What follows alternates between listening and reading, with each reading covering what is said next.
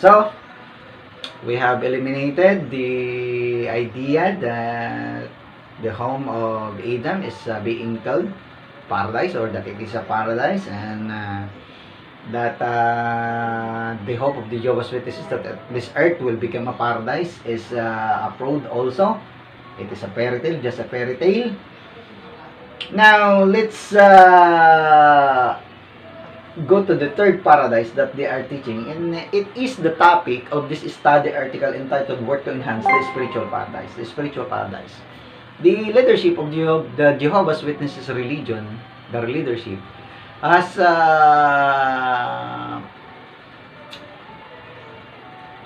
what do you call this?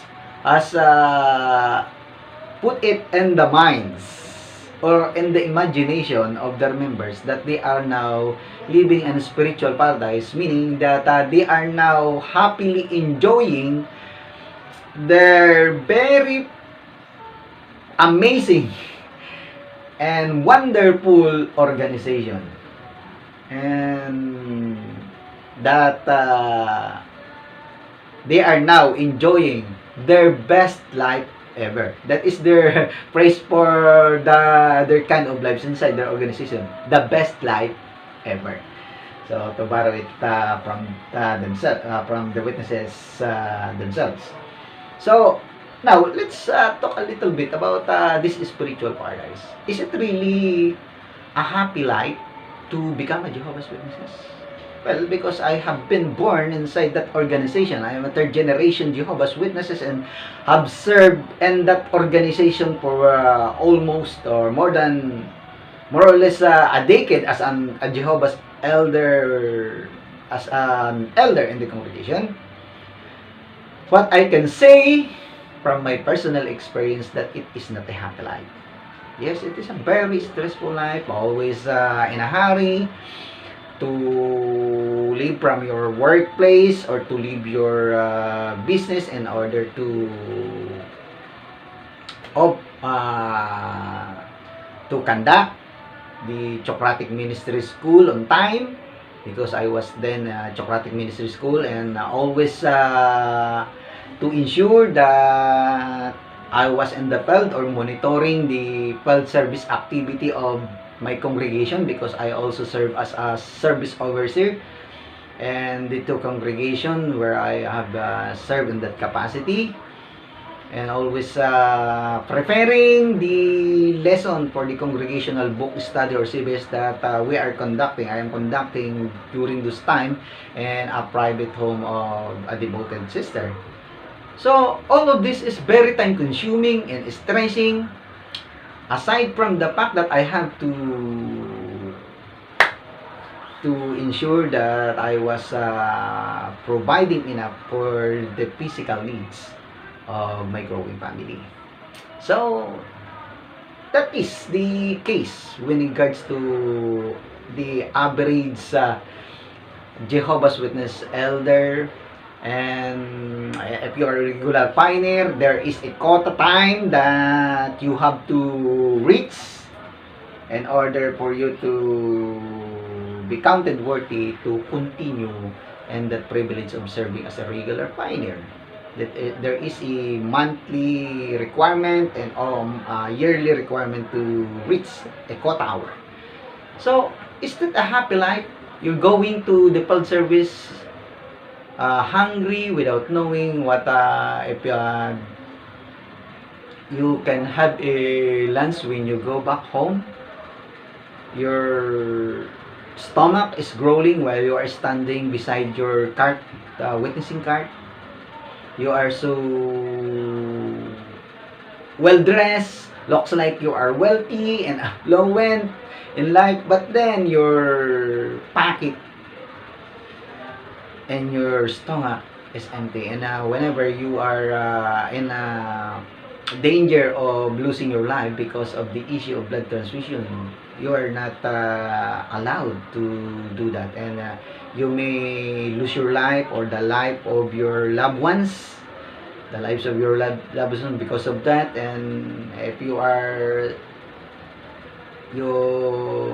fight for their lives or your own life, you will have to consult private doctors here in the Philippines, which is so expensive for you to have that kind of medical attention. And those situation, you cannot expect even a single centavo or penny from the organization to help you. So is that the kind of happy life? When the Watchtower directed you to a convention very far away from your home because they have sold your assembly halls, which you have toiled for so many decades acquiring that assembly hall grounds and the buildings, and you have spent many hours volunteering in giving your time, energy, and money, resources for that skill, for that project, but then you abandoned it because of the command from the higher ups of the organization, and they directed you to a very far place to attend your convention. Is that a happy thought? You have to spend thousands of pesos just to attend the convention, and there the facility is so crowded. The facility is so poor. There is a time when we attended a circuit assembly with my family up there in North. There is only one toilet for the brothers and one toilet for the sisters. Imagine that. You have almost 1,000 people, and you only have that one toilet.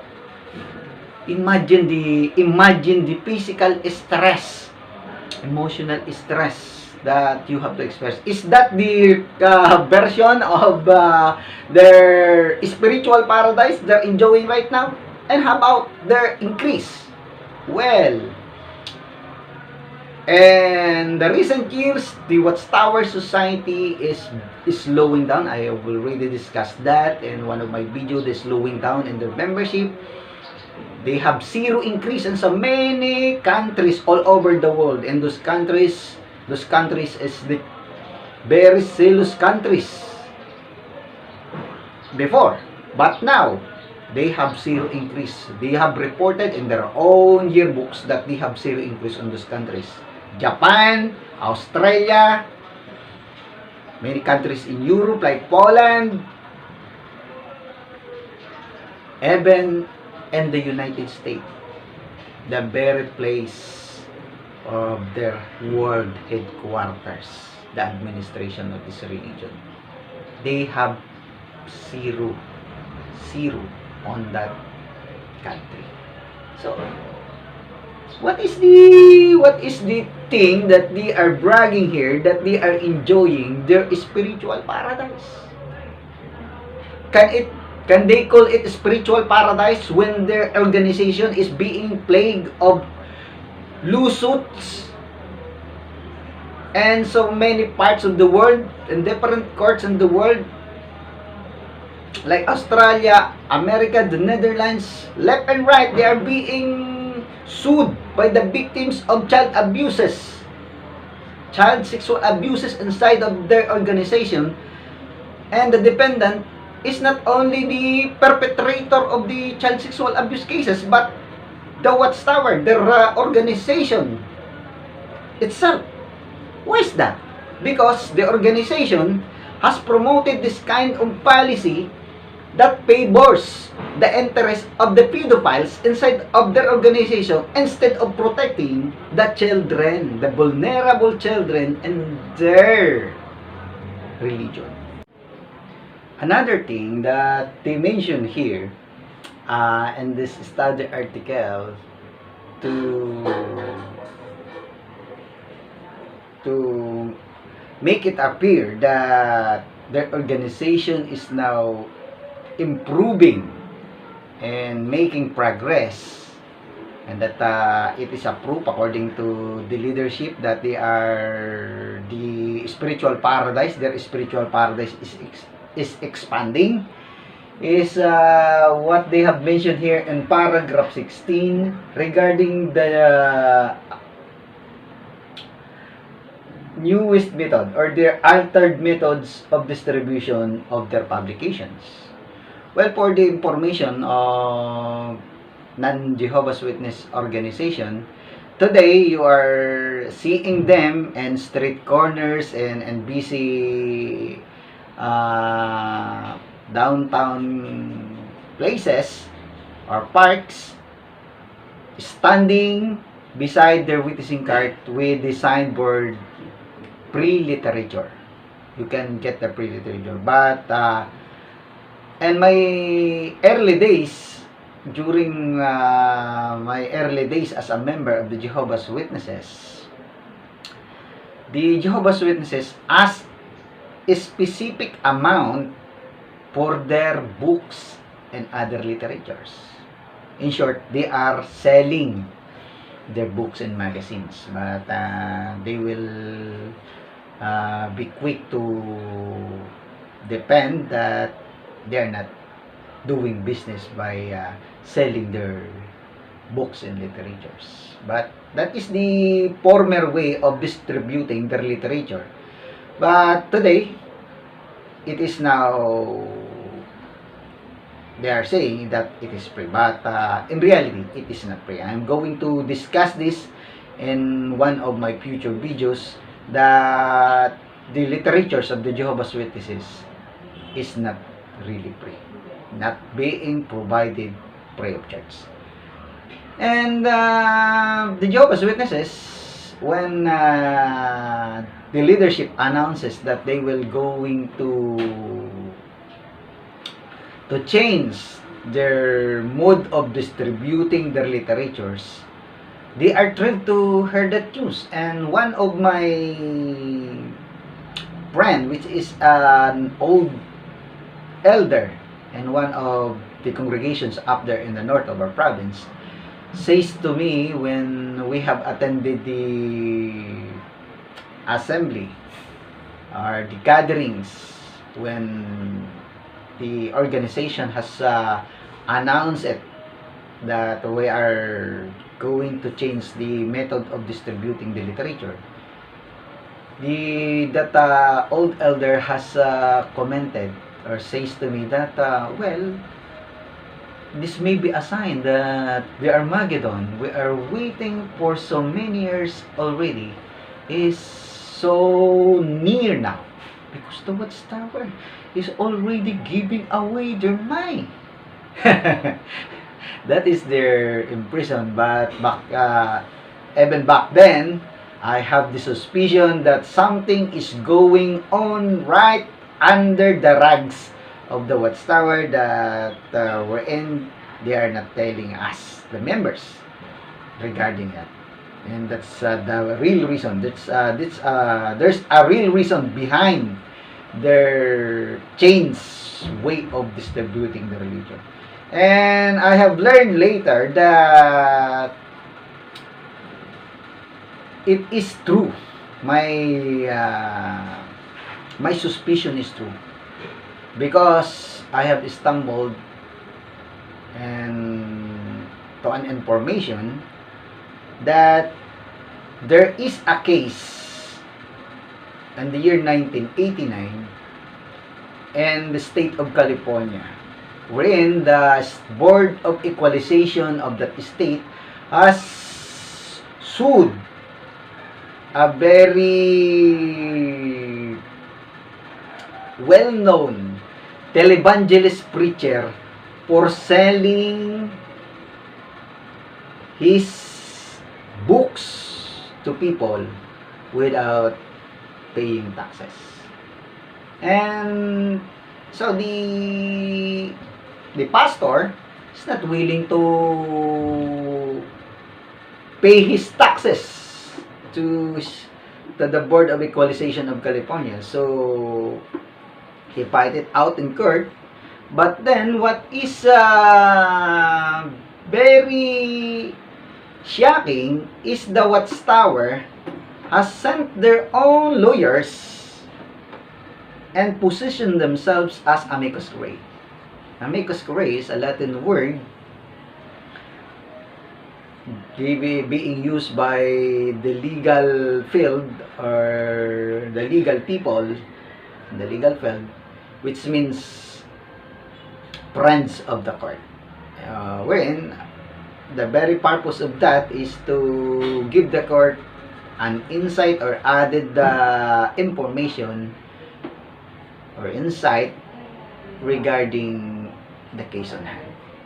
But technically, the Watchtower Society is supporting the case of this televangelist pastor on that court case or issue, legal issue. So why are they doing that? When they from themselves is saying that these pastors of other religion is doing the work of Satan. Well, it is for their interest to do that. But when they have seen that that pastor is losing his case, they have now make the adjustment regarding their distribution of their books and literatures to the public in order for them not to pay the taxes that the government will place upon them because of asking monetary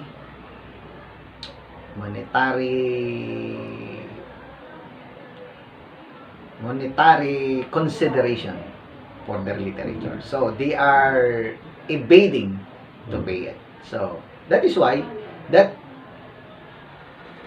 is the reason behind their changed mood of distribution of their literature.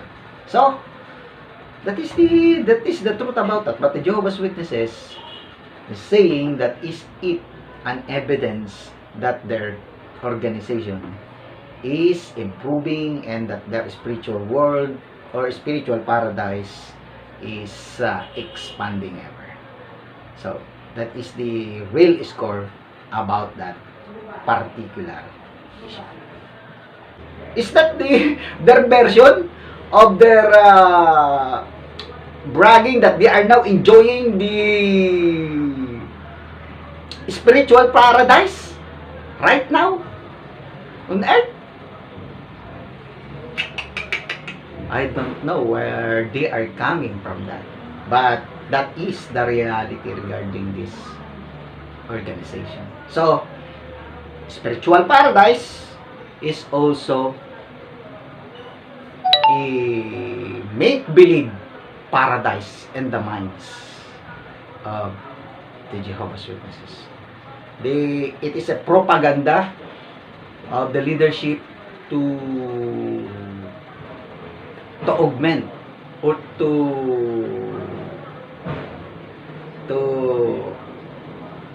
make it sure that their members will not leave their organization. But the reality is tens of thousands of Jehovah's Witnesses is leaving that organization right in this moment. And many that has decided to stay inside their organization, they already know now that their organization is not an organization of God, but they cannot leave the organization because their family members, and their closest friend was still there, was still inside in that organization. And if they decided to go outside and leave that organization, they will become like me, being shunned by their families and closest friends. So because of that factor, many of what we call PIMO, physically in but mentally outside Jehovah's Witnesses, decided to stay until now. But they are just waiting for the right time to jump from this sinking ship of their organization. So that is. So by eliminating the three paradise of the Jehovah's Witnesses, what we have left is the heavenly paradise of God. And they have provided here in paragraph 8, Revelation 2, verse 7. that is the true paradise which is in heaven, which the meaning, the real meaning is being obscured by the Watchtower Society by saying that it can refer to. Yes, another purpose of using that phrase of it can refer to is to obscure the reality or the tangibility of the paradise of God, which is in heaven, the real paradise. So the other three paradise of Jehovah's Witnesses, the home of Adam, the physical paradise yet to come here on earth, and the Bugos spiritual paradise, we have debunked it in this video. So that's all, my dear viewers, and I just hope you enjoyed watching this video. Have a good day.